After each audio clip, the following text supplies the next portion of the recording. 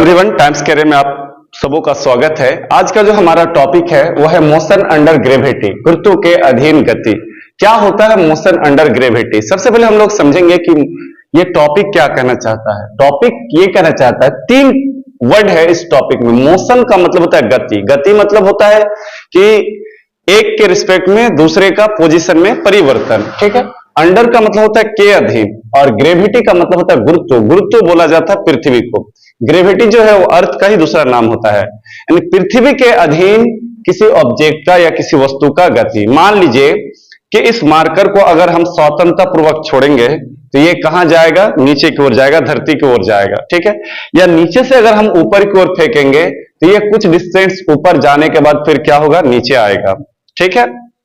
अब है किसे स्वतंत्रता पूर्वक छोड़ने पर तो भी नीचे गया, और नीचे से फेंकने पर कुछ डिस्टेंस ऊपर जाने के बाद फिर नीचे आ रहा है। क्यों आ रहा है? तो आप कहेंगे कि सर पृथ्वी जो है किसी भी ऑब्जेक्ट को अपनी ओर आकर्षित करता है और इस बल को गुरुत्व बल या गुरुत्वाकर्षण बल कहा जाता है। बिल्कुल राइट, ठीक है। तो इसी टॉपिक से रिलेटेड, इसी कंसेप्ट से रिलेटेड आज का हमारा टॉपिक है मोशन अंडर ग्रेविटी। आइए समझते हैं कंसेप्ट को कि मान लीजिए ये अर्थ सरफेस है। क्या है ये? आपका अर्थ सरफेस है। अर्थ सरफेस है, पृथ्वी का सतह है, ठीक है। अब है कि यहां से हम किसी ऑब्जेक्ट को फेंके, तो जैसे ही हम यू वेग से नीचे की ओर फेंके तो ये ऑब्जेक्ट कहां की ओर आएगा? नीचे की ओर आएगा, ठीक है, सरफेस पर आएगा। ये जो है हमारा वो अर्थ सरफेस है। क्या है हमारा? ये अर्थ सरफेस, पृथ्वी का सतह है, ठीक है।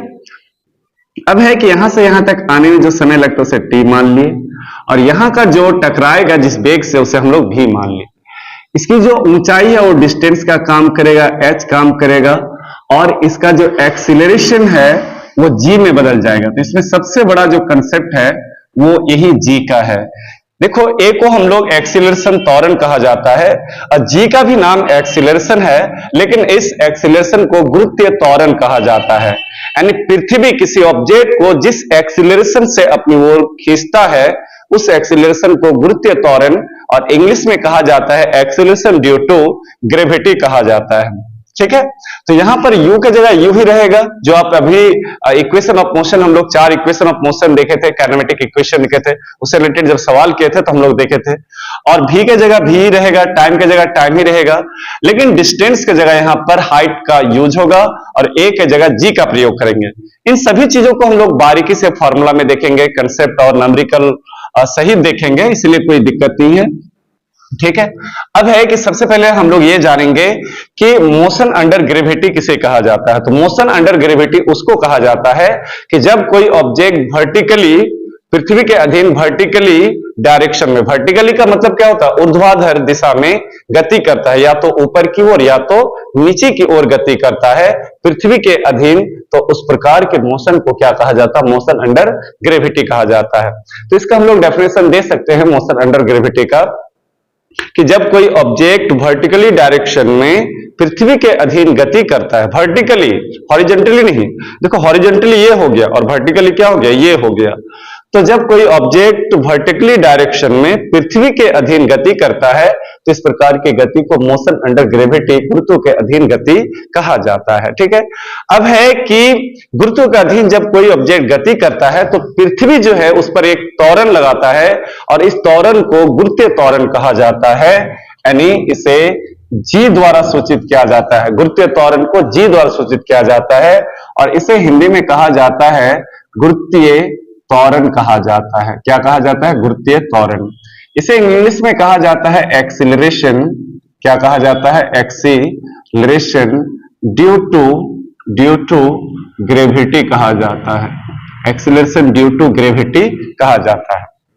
दूसरी इंपॉर्टेंट बात है कि पृथ्वी का जो मान जी का जो मान होता है, गुरुत्वीय त्वरण का जो मान होता है अर्थ सरफेस पर, पृथ्वी के अगल बगल पर जो जी का मान होता है वो होता है 9.8 या 10 मीटर पर सेकेंड स्क्वायर। ज्यादातर सवाल जब हम लोग करेंगे, न्यूमेरिकल करेंगे, तो जी का मान जो है कई जगह 9.8 भी देगा, लेकिन कई जगह 10 मीटर पर सेकेंड स्क्वायर भी देगा, ठीक है।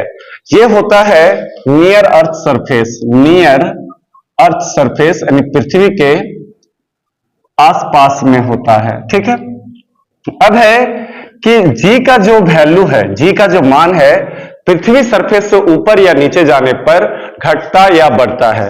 अब है कितना घटता है कितना बढ़ता है, ये चीज हम लोग जो है ग्रेविटेशनल चैप्टर, जब हम लोग गुरुत्वाकर्षण चैप्टर पढ़ेंगे फिजिक्स में, तो वहां पर हम लोग इस चीज को बारीकी से और अच्छी तरह से जानेंगे। ठीक है, तो फिलहाल हम लोग ये जान लो यहां पर कि जो जी है वो जी का वैल्यू ऊपर या नीचे जाने पर, अर्थ सरफेस से ऊपर जाने पर या नीचे जाने पर हमेशा क्या होता है, कम होता है। क्या होता है, कम होता है। किसका वैल्यू, जी का वैल्यू। तो जी को क्या कहा जाता है, गुरुत्वीय त्वरण कहा जाता है। जी का मान कितना होता है, 9.8 या 10 मीटर पर सेकेंड स्क्वायर होता है। जी का मान घटता या बढ़ता है, प्रभाव पड़ता है।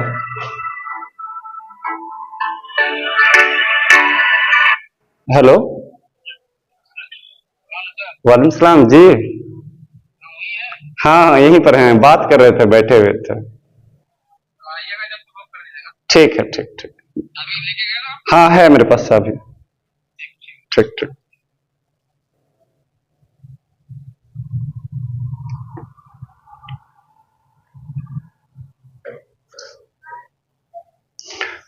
तो हम बात कर रहे थे कि जी का वैल्यू जो है जब ऊपर या नीचे, यानी अर्थ सरफेस जब आप ऊपर या नीचे जाते हैं तो जी का मान कम बेस होने लगता है। ये बहुत बड़ा फैक्टर है जी, इसको हम लोग जो है गुरुत्वाकर्षण चैप्टर में डिटेल से पढ़ेंगे और इसका जो है जितना भी कंसेप्ट, थ्योरी, डेरिवेशन है, सबको क्लियर करेंगे।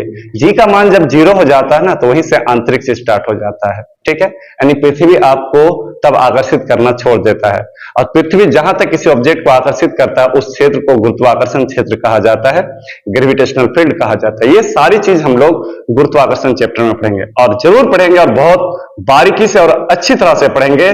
बिल्कुल ठीक है। इतिहास, यूट्यूब के इतिहास में पहली बार आप वैसा जो है कंसेप्ट को और डेफिनेशन को और थ्योरी फॉर्मूला को जानेंगे। ठीक है, चलिए, तो ये हम लोग जान गए कि जब कोई ऑब्जेक्ट वर्टिकली डायरेक्शन में पृथ्वी के अधीन अंडर ऑफ ग्रेविटी जब मोशन करता है, तो इस मोशन को क्या कहा जाता है, मोशन अंडर ग्रेविटी कहा जाता है। और अर्थ जिस एक्सीलरेशन से किसी ऑब्जेक्ट को अपनी ओर आकर्षित करता है, इस एक्सीलरेशन को एक्सीलरेशन ड्यू टू ग्रेविटी, गुरुत्वीय त्वरण कहा जाता है। जी का मान अर्थ सरफेस के नजदीक 9.8 या 10 मीटर पर सेकेंड स्क्वायर होता है, और जी जो है पृथ्वी से ऊपर या नीचे जाने पर, ठीक है, गहराई यानी अंदर जाने पर या ऊपर जाने पर कम होता है। चलिए यहां तक क्लियर हो गया। अब हम लोग यहां पर आएंगे और देखेंगे कि अब इससे रिलेटेड कुछ फॉर्मूला आएगा जो काफी इंपॉर्टेंट है। पहले इसको मैं मिटा रहा हूं। अब यहां पर ध्यान दो कि एस की जगह एच का प्रयोग होगा, ए की जगह जी का प्रयोग होगा। ठीक है, यहां तक तो है। अब पहला अगर हम फॉर्मूला की बात करें तो v बराबर क्या है, u प्लस ए टी। तो v की जगह तो v ही रहेगा, u की जगह ये ही रहेगा, लेकिन a की जगह g हो जाएगा इंटू टी। तो v बराबर u प्लस जी टी। क्यों? क्योंकि a की जगह जब वर्टिकली कोई ऑब्जेक्ट गति करता है पृथ्वी के अधीन, तो a की जगह g काम करने लगता है। तो ये पहला फॉर्मूला बन गया। दूसरा फॉर्मूला अगर हम बात करें, s बराबर U T plus half A T square, तो s की जगह h हो जाएगा, u की जगह u ही रहेगा, t की जगह t ही रहेगा 1/2, और a की जगह g रहेगा यानी जी टी स्क्वायर। तो ये दूसरा फॉर्मूला बन गया। अगर हम तीसरा फॉर्मूला की बात करें तो v स्क्वायर बराबर you square plus 2a s, v की जगह v ही रहेगा, u की जगह u ही रहेगा, 2 और a की जगह g रहेगा और s की जगह h रहेगा। ये थर्ड इक्वेशन हो गया। ठीक है, तो सबसे पहले आप जो है मैंने जो बताया यहां पर इन छोटी छोटी बात को लिखिए, उसके बाद इस डायग्राम को बनाइए और इन तीनों फॉर्मूला को लिखिए। इसके अलावा जो फॉर्मूला होता है s बराबर u plus half a 2n minus 1, वो वाला फॉर्मूला को छोड़ दीजिए।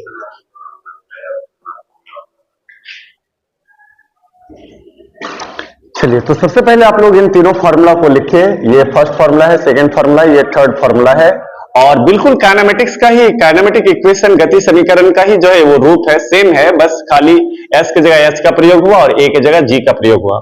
अब यहां पर एक चीज जानना है कि जब ऑब्जेक्ट ऊपर की ओर गति करेगा, यानी ऊपर की ओर, जब जमीन से, पृथ्वी से ऊपर की ओर गति करेगा, यानी यहां पर हम लिखेंगे कि ऊपर की ओर गति करने पर, गति करने पर, ठीक है, तो ऊपर की ओर अगर गति करेगा तो जी का जो मान है वो क्या होगा, नेगेटिव होगा, ये याद रखना। और ऊपर से नीचे की ओर, ठीक है, यहां पर हम लोग कहेंगे कि ऊपर से नीचे की ओर, नीचे की ओर गति करने पर तो जी का मान जो है वो क्या होगा, पॉजिटिव होगा। ये दो बात बहुत ही इंपॉर्टेंट है। क्या बात है कि ऊपर की ओर गति करने पर, यानी नीचे से जब ऊपर की ओर कोई ऑब्जेक्ट जाएगा तो जी का मान क्या लेंगे, नेगेटिव। ये बहुत बड़ा फैक्टर है। अर्थात अगर आप इस कंसेप्ट को नहीं माइंड में रखेंगे तो आपका एक सिंगल सवाल भी नहीं बनेगा। तो सबसे बड़ी, कितनी छोटी बात है कि जब ऑब्जेक्ट नीचे से ऊपर की ओर जाएगा, जैसे मार्कर को हम नीचे से ऊपर की ओर फेंक रहे हैं, तो जी का मान नेगेटिव लेना होगा। लेकिन अगर कोई ऑब्जेक्ट ऊपर से नीचे की ओर गति कर रहा है तो जी का मान क्या लेना होगा, पॉजिटिव लेना होगा। तो ये दो तीन बात जो है आपको माइंड में रखना है। ठीक है, अब यही से हम एक सवाल लेते हैं और देखते हैं कि क्या कह रहा है। ठीक है, मान लीजिए कि ये जो आपको यहां पर दिया हुआ है, मान लीजिए कि यहां पर एक इमारत बनी हुई है। अब मुझे मालूम नहीं है कि इस इमारत की ऊंचाई कितना है। मान लीजिए क्वेश्चन नंबर 1, पहला सवाल यहीं से स्टार्ट हो रहा है। ध्यान से देखो, बात को समझो। तो एक इमारत है, ठीक है, और इस इमारत की कितनी ऊंचाई है, आई डोंट नो, बट कोई ऑब्जेक्ट को यहां विराम अवस्था से छोड़ा गया। तो जैसे ही विराम अवस्था से छोड़ा जाएगा तो u का मान क्या हो जाएगा, 0 हो जाएगा। और किसी पत्थर को या किसी ऑब्जेक्ट को जब छोड़ा जाता है तो पृथ्वी तक आने में मान लो कि 5 सेकंड लगता है। कितना सेकंड लगता है, 5 सेकंड तक आने में लगता है। तो हमें यह मालूम करना है कि आपका जो है इस इमारत की ऊंचाई कितना है, और जब वो पत्थर जमीन पर गिरेगा तो अंतिम वेग क्या होगा। ठीक है, सिर्फ आपको यह बोला है कि एक पत्थर को इमारत की छत से विराम अवस्था से छोड़ा गया है और उसको गिरने में 5 सेकंड लगा है। सिर्फ एक मान नजर आ रहा है पूरी सवाल में, एक मान, टाइम का मान, कि छत में, जैसे कि मैं यहां पर छत में खड़ा हूं और यहां से हमने मार्कर को गिराया और यह मार्कर जो है 5 सेकंड बाद जमीन पर चला गया, पृथ्वी के सरफेस पर, सतह पर चला गया। तो हमें यह मालूम करना है कि उस इमारत की ऊंचाई कितना है। ठीक है, बहुमंजिल जो बिल्डिंग है उसकी ऊंचाई कितना है, और जब जमीन पर गिरेगा तो वहां तो आवाज होगा, तो वहां का वेग क्या होगा। तो यहां पर हम लोग कहेंगे पहला कि एच बराबर, फॉर्मूला क्या होता है, एच बराबर UT plus half G T square होता है। ठीक है, अगर हम u की बात करें तो विराम अवस्था से छोड़ा गया है तो 0 होगा, t की बात करें तो 5 सेकेंड होगा, प्लस 1/2, और g का मान ऊपर से नीचे की ओर, कहां छोड़ा गया है, ऊपर से नीचे की ओर। तो ऊपर की ओर अगर गति करेगा, करने पर तो g का मान नेगेटिव होगा, लेकिन ऊपर से नीचे की ओर गति करेगा तो g का मान क्या लेंगे, प्लस।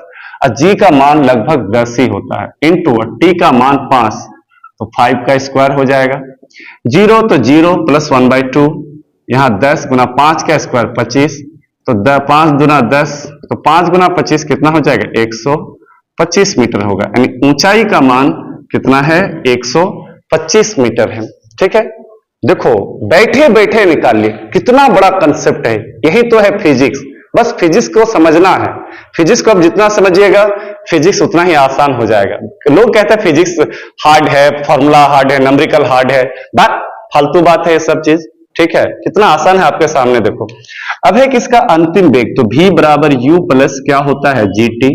u की अगर हम बात करें तो u का मान 0 है, g की बात करें तो 10 है, और t का मान कितना है भाई, 5 है। तो 10 बचे 50 मीटर पर सेकेंड है। ठीक है, तो ये हो गया इस क्वेश्चन का आंसर कि उस इमारत की जो ऊंचाई है, बहुमंजिला इमारत की ऊंचाई जो है वो 125 मीटर है, और अंतिम वेग जब जमीन पर टकराएगा वो ऑब्जेक्ट या पत्थर, तो उसका वेग 50 मीटर पर सेकेंड होगा।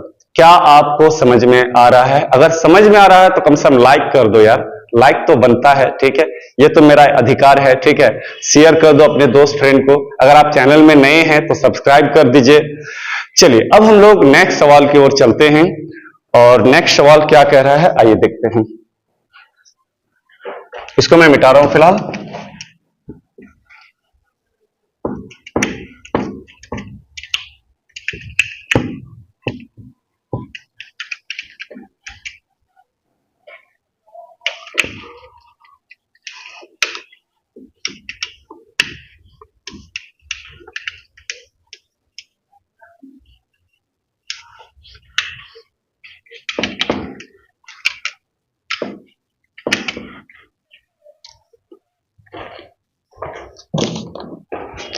चलिए मैं दूसरा सवाल जो है बुक से ले रहा हूं और ये सवाल भी बहुत ही इंपॉर्टेंट है। कह रहा है कि कोई बहुमंजिला बिल्डिंग है, बहुमंजिला बिल्डिंग है, ये बिल्डिंग है और इस बिल्डिंग की ऊंचाई 25 मीटर है।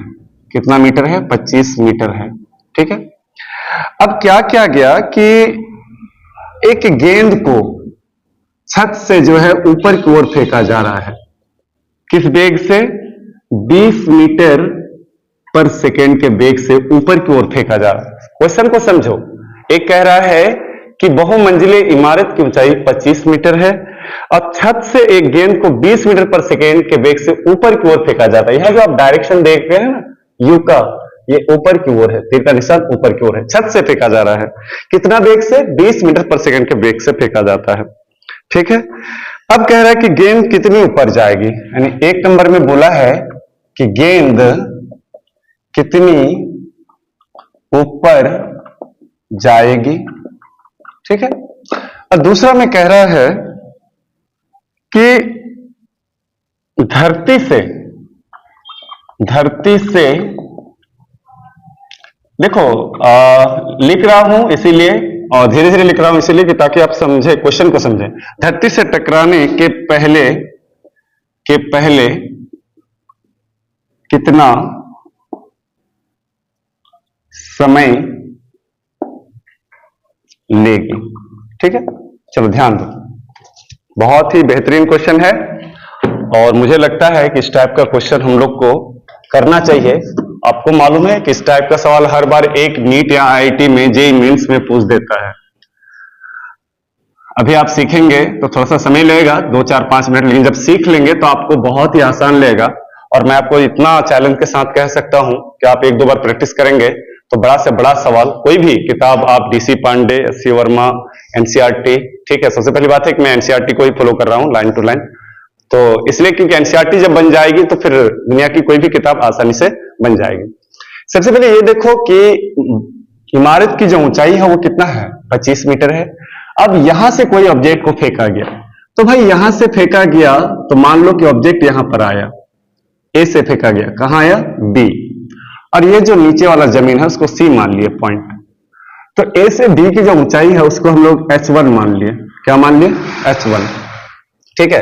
तो जब ए से बी जाएगी तो यहां अंतिम वेग का मान क्या हो जाएगा? 0 हो जाएगा, होगा ना, क्योंकि ऐसा नहीं कि फेंके तो चला जाएगा मंगल ग्रह, तो ऐसा नहीं कि मंगल ग्रह चल जाएगा। तो ए से बी तक जाने के बाद अंतिम वेग का मान क्या होगा? 0। तो यहां पर हम लोग कहेंगे, ठीक है, देखो कितनी ऊपर जाएगी वो भी निकालेंगे। 25 मीटर तो ऊपर है ही जमीन से, ऊपर देखते हैं h1 का मान कितना निकल रहा है और आगे भी निकल जाएगा, या फिर h ही इसको मान लिए, ए से बी की ऊंचाई h है। तो सबसे पहले हम लोग कहेंगे कि ए से बी की ओर गति करने पर क्या लिखे? ए से बी की ओर गति करने पर। तो अगर ए से बी की ओर गति करने पर तो यू का मान कितना है? 20 है मीटर पर सेकेंड। भी का मान अंतिम वेग कहां पर? बी पर अंतिम वेग, चूंकि वहां पर ऑब्जेक्ट रुक जाएगी, वहां के बाद अब मान लो इसी मार्कर को हम फेंक रहे हैं तो ऊपर गया, यहां आने के बाद तो फिर क्या हो जाती है? रुक जाती है। तो भी का मान 0 हो जाएगा और जी का मान यानी नीचे से ए से ऊपर की ओर जा रही है तो -10 मीटर पर सेकेंड स्क्वायर हो जाएगी। ठीक है। तो सबसे पहले हम लोग ए से बी समय का मान निकालेंगे। तो यहां पर पहला फॉर्मूला v बराबर u प्लस जी टी। ठीक है। तो v का मान कितना है? तो v का मान आपका 0 है, u का मान कितना है? 20 है, g का मान कितना है? -10 है और t का मान निकालना है। तो 20 का मान, यहाँ 20 इधर आकर -20 हो जाएगा और यहाँ -10 into T, minus minus cancel, 0 0 cancel, T का मान 2 सेकेंड आ गया। इसका मतलब यह है कि ऑब्जेक्ट को ए से बी तक जाने में, ए से कहां तक? बी तक जाने में कितना समय लगा? 2 सेकेंड। अभी हड़बड़ाओ मत, ठीक है, दोनों आंसर अपने आप निकल जाएगा। यहां से हम लोग सॉल्यूशन स्टार्ट कर दिए हैं, ठीक है, यहां से आपको देखना है। अब है कि ए से बी की ऊंचाई भी निकाल लो। तो भाई h बराबर क्या होगा? UT plus half G T square. अगर हम u की बात करें तो किस वेग से फेंका गया है? तो आप कहेंगे सर 20 और t का मान कितना? 2 प्लस 1/2 और g का मान है -10, क्योंकि नीचे से कहां गया है? ऊपर की ओर। और t का मान 2 का स्क्वायर, तो 20 दूना 40 और प्लस और माइनस, -1/2 गुना 10, -10 का आगे यहां कर दिए और 2 का स्क्वायर 4, तो यहां पर हो जाएगा 2। तो 40 माइनस 10 दूना 20, यानी कितना मीटर हो गया? 20 मीटर। तो यहां पर ध्यान से देखो कि ऊंचाई का मान कितना निकला? 20 मीटर। ठीक है, ऊंचाई मान कितना निकल गया? 20 मीटर। चलिए अब यहां से हम लोग कहेंगे कि कुल ऊंचाई, कुल ऊंचाई। तो भाई एक बात बताओ, कुल ऊंचाई में हम h ले लिए इसको, जमीन से इमारत की ऊंचाई कितना है? 25 है, और यहां से आपने जो फेंका था 20 मीटर पर सेकेंड बेग से, तो ये से बी की ऊंचाई को h माने हैं, h का मान कितना निकला? 20। तो आपकी कुल ऊंचाई कितना हो गया? 45 मीटर हो गया। एक आंसर निकल गया कि धरती से जो जमीन ऊपर मैक्सिमम ऊंचाई तक गया था, ए से बी, तो वो तो 20 है, लेकिन ये तो 25 मीटर ऊपर है ना। अर्थ को देखो, कोई भी चीज को अर्थ से मेजरमेंट किया जाता है, ठीक है, इंपॉर्टेंट बात है। तो कुल ऊंचाई 45 मीटर, कहां से? जमीन से लेके मैक्सिमम। अब कह रहा है कि धरती से टकराने के पहले कितना समय लगेगा, तो ए से बी तक जाने में कितना समय लगा? तो 2 सेकंड। अब देखते हैं बी से सी तक, अब यहां कहेंगे हम लोग बी से सी तक आने में। अब एक बात बताओ कि बी से लेके सी तक आने में, तो वहां तो विराम अवस्था में, चूंकि एक पिकअप पॉइंट जाने के बाद मैक्सिमम पॉइंट में वहां प्रारंभिक वेग या अंतिम वेग दोनों का मान क्या हो जाता है? 0। तो बी से सी तक आने में, ठीक है, u का मान क्या होगा? 0 हो जाएगा। अब यहां देखो कंडीशन चेंज हो गया, यहां से हम लोग बी से ये, पहले हम लोग ए से बी किए, और यहां से यहां तक की जो कुल ऊंचाई है, कुल ऊंचाई कितना है? 45 मीटर। और हम ये बोलेंगे कि ऊपर से जब नीचे आएगा तो जी का मान कितना होगा? 10 मीटर पर सेकेंड स्क्वायर। तो अब हम लोग इसको टाइम को t1 मान लेते हैं, वाट। तो h बराबर ut1 plus half gt1 square. ठीक है, ऊंचाई का मान कितना है? तो आप कहेंगे सर 45 है। u का मान कहां है? u का मान, हाँ, u का मान 20 है, तो 20। t का मान यहां t1 है प्लस 1/2, और g का मान 10 है और t1 स्क्वायर। ठीक है, t1 स्क्वायर। अब b से a तक आने में हम लोग t1 समय मान लिए हैं। चलो कोई बात नहीं, तो 45 और प्लस 20, t1 प्लस 5 दूना 10, 5 t1 स्क्वायर। तो यहां पर 45 और यहां पर 5 कॉमन आएगा, तो 5 के 20, 4 t1 प्लस t1 का स्क्वायर, 9 5 45। ठीक है, तो यहां पर देखो क्या क्या बच रहा है? 9 4 t1 प्लस t1 का स्क्वायर। अब 9 उधर जाकर क्या हो जाएगा? माइनस। ठीक है, तो इसको हम लोग डायरेक्ट t1 प्लस 4 t1 और माइनस 9 बराबर क्या किया? 0। अब सर कैसे लिख दिए इसको? सॉरी स्टूडेंट, यहाँ t1 स्क्वायर है, t1 स्क्वायर है। ठीक है, t1 square plus 4 t1 minus 9 equal to 0। चलिए अब माइनस 9 कहां से आ गया? देखो बराबर को उधर जाएगा तो क्या होगा? माइनस। तो हम लोग आरएचएस को एलएचएस में और एलएचएस को आरएचएस में कन्वर्ट कर दिए। चलो मैं इसको मिटा रहा हूं। देखो सवाल में कंसेप्ट है, इसीलिए थोड़ा सा लंबा जाएगा, कोई बात नहीं, लेकिन फॉर्मूला वाइज सवाल है, इसलिए समझना पड़ेगा, हड़बड़ी करने की कोई बात नहीं है। सबसे पहले हम लोग ए से बी की ओर गति करने पर, तो ए से बी की ओर गति करने पर टाइम का मान निकालिए। ए से बी की ऊंचाई h माने थे, h का मान 20 मीटर निकालिए, कुल ऊंचाई 45 मीटर। अब देखो यहां पर ये बदल गया आपका द्विघात समीकरण में, तो इसको हम लोग गुणानखंड विधि में करेंगे। देखो क्या होगा, इसको हम लोग लिखेंगे कि t1 स्क्वायर प्लस 4 t1 है माइनस 9। ठीक है, तो क्या इसको हम लोग ऐसा लिख सकते हैं? आप बोलेंगे सर कैसा लिखेंगे? तो 4 t1 माइनस 9, कहीं कोई मिस्टेक तो नहीं हुआ है? u का मान 20 है, मान तो सही है सब कुछ। ठीक है, चलिए इसको हम लोग गुणनखंड करेंगे, माइनस 9 गुना 1 तो माइनस 9, माइनस 9 को हम लोग कैसे लिखेंगे? जो यहां पर आपका 4 हो जाए, 3 और 2। अच्छा एक मिनट, 9 5 45, एक मिनट थोड़ा सा मैं बुक देख लेता हूं। यहां हमको थोड़ा सा गुणनखंड में डाउट हो रहा है, t1 square plus 4 t1 minus 9। Book में क्या हम लोग मान लेने में कहीं मिस्टेक तो नहीं किए हैं? 25 सही तो है यार। ठीक है, t 5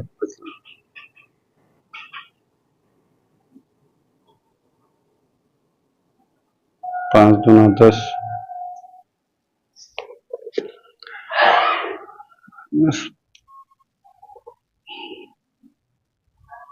T1 square minus 40 minus 40 minus 5 B से C तक आने में, अच्छा ऊपर से नीचे आएंगे तो G का मान क्या हो जाएगा, ये हो जाएगा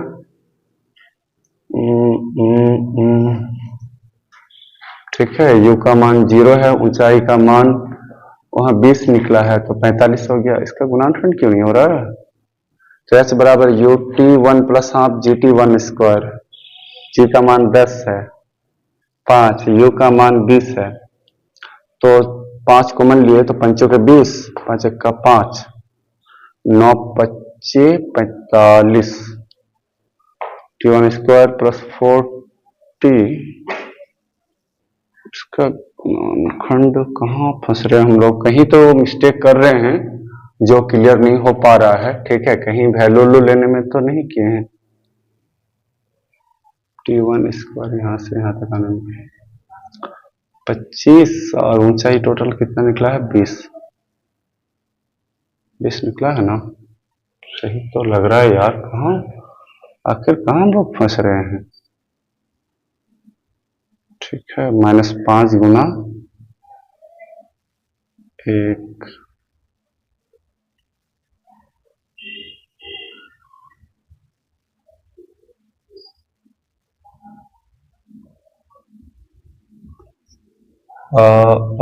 चलो यहां थोड़ा सा हम लोग जो है, ओ यार देखो कितना बड़ा मिस्टेक किए हैं, इसीलिए ऐसा हो रहा है ना, इससे सवाल क्यों नहीं बन रहा है, तभी से तो मैं भी कहूं कि सवाल क्यों नहीं बन रहा है, क्योंकि B से C तक आने में तो हम लोग B पॉइंट और C पॉइंट को कंपेयर कर रहे हैं, तो यहां का जो प्रारंभिक और अंतिम वेग क्या है 0 है। अब बताओ यहां पर हमने 20 यहां ये वाला मान उठा कर रख दिया, पॉइंट A से तो कोई लेना देना ही नहीं है यहां पर, इसीलिए मिस्टेक हो रहा था। चलो कोई बात नहीं दोस्त, ठीक है, एक बार फिर से कैलकुलेशन करते हैं, थोड़ा सा हम लोग को समय ज्यादा लगा, कोई बात नहीं, होता है, बड़े बड़े देशों में छोटी छोटी बातें होती रहती है, ठीक है। चलिए बड़ा YouTube चैनल तो नहीं है, लेकिन आप लोग का अगर प्यार सहयोग मिला तो कोई बात नहीं, ठीक है, छोटा भी क्या हो जाएगा बड़ा हो जाएगा, बस आप लोग का थोड़ा सा सपोर्ट चाहिए। H का मान कितना है 45 है, प्लस U का मान कितना है 0, T1 का मान निकालना है प्लस 1/2 और G का मान 10 है, T1 का स्क्वायर, तो यहां पर 45 हो जाएगा, और आपको मालूम है कि यहां तो 0 हो जाएगा, लिख के फायदा नहीं है, 5 दूना 10, 5 T1 स्क्वायर आ जाएगा, 9 5 कितना हो जाएगा 45, तो 9 बराबर T1 का स्क्वायर, स्क्वायर इधर आएगा तो T1 का मान 3 सेकेंड आ जाएगा, कितना सेकेंड 3 सेकेंड, तो यहां पर टाइम का मान 3 सेकेंड आ गया, क्योंकि स्क्वायर आएगा तो रूट अंडर 9 का क्या होता है √3। अब नहीं सर माइनस, टाइम का मान नेगेटिव कभी होता है, टाइम का मान हमेशा क्या होता है पॉजिटिव होता है, तो अब हम लोग कहेंगे देखो A का कुल हाइट, कुल ऊंचाई, तो कुल ऊंचाई कितना है भाई 45 मीटर है, और B नंबर क्या बोला है धरती से टकराने से पहले कितना समय, तो समय का मान, एक बात बताओ T ऊपर जाने में और T1 आने में, T का मान कितना निकाले हैं 2 सेकेंड, और T1 का मान यहां पर कितना सेकेंड है 3 सेकेंड, तो 3 और 2 कितना हो गया 5 सेकेंड, परफेक्ट आंसर है। इसको और एक मेथड से हम लोग बना सकते हैं, लेकिन ज्यादा मेथड में नहीं जाने की आवश्यकता है। तो ये जो सवाल था वो 2 नंबर था, इसको अच्छी तरह से बारीकी से आप देखिए, ठीक है। देखो यहाँ पर हम लोग थोड़ा सा कैलकुलेशन में यहाँ पर U का मान हमने 20 रख दिया, जबकि U का मान 0 है, B से C हम कंपेयर किए हैं पॉइंट, यानी ये B है हाईएस्ट पॉइंट और लोवेस्ट पॉइंट C है, A को हम कंपेयर ही नहीं किए हैं, ठीक है, तो उससे हमें U का मान हम 20 क्यों ले, हम 0 लेंगे, क्योंकि जब कोई भी ऑब्जेक्ट जब पिकअप पॉइंट पर जाता है तो उसका अंतिम वेग और प्रारंभिक वेग वो दोनों 0 में कन्वर्ट हो जाता है, ठीक है। तो आई होप कि ये सवाल आपको समझ में आ गया है।